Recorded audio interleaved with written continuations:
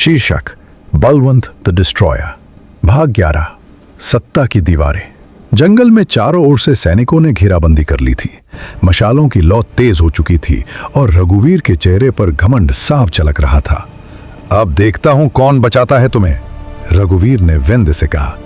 बलवंत और विराट देव पीठ से पीठ मिलाकर खड़े हो गए। कुछ ही क्षण पहले जो एक दूसरे के दुश्मन थे, अब एक ही लक्ष्य के लिए तैयार थे। अर्जुन और बाकी साथी भी सतर्क खड़े थे। पहला हमला हुआ। तलवारों की टक्कर से चिंगारियां उड़ने लगीं। सैनिक संख्या में अधिक थे, लेकिन बलवंत और विराट के संयुक्त प्रहारों के सामने टिकना आसान नहीं था। विराट की रणनीति और बलवंत की शक्ति, यह संयोजन घातक साबित हो रहा था। दाईं ओर से आ रहे हैं, अर्जुन चिल्लाया। बलवंत ने घूमकर एक ही वार में 2 सैनिकों को गिरा दिया। विराट ने पीछे से आने वाले वार को ढाल से रोका और पलटवार किया। धीरे धीरे घेरा टूटने लगा। रघुवीर का चेहरा तमतमा उठा। तुम दोनों सोचते हो मुझे हरा दोगे? महल की सेना अभी बाकी है, विराट ने कठोर स्वर में कहा। महल की सेना सच्चाई जानेगी तो तुम्हारे साथ नहीं खड़ी होगी। युद्ध के बीच बलवंत ने जोर से आवाज लगाई। सैनिकों, क्या तुम जानते हो किसके लिए लड़ रहे हो? यह वही व्यक्ति है जिसने अपने स्वार्थ के लिए तुम्हारे सेनापति को फंसाया, राज्य को अंधकार में धकेला। कुछ सैनिक हिचकिचाए। रघुवीर गर्जा, धोखा मत खाना, ये विद्रोही हैं।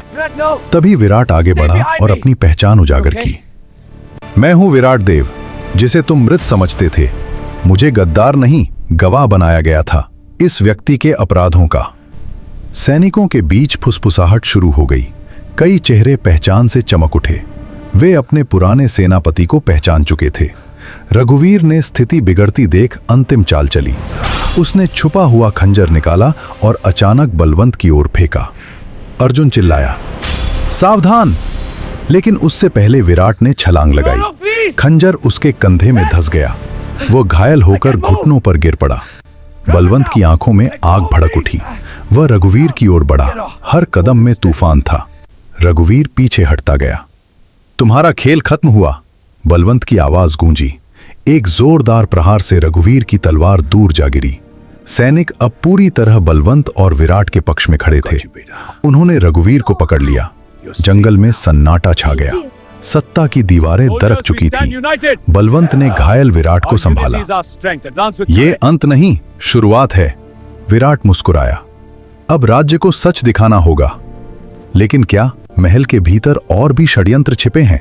क्या रघुवीर अकेला था या किसी और बड़ी शक्ति का हिस्सा? अगले भाग में राजमहल का सच उजागर होगा।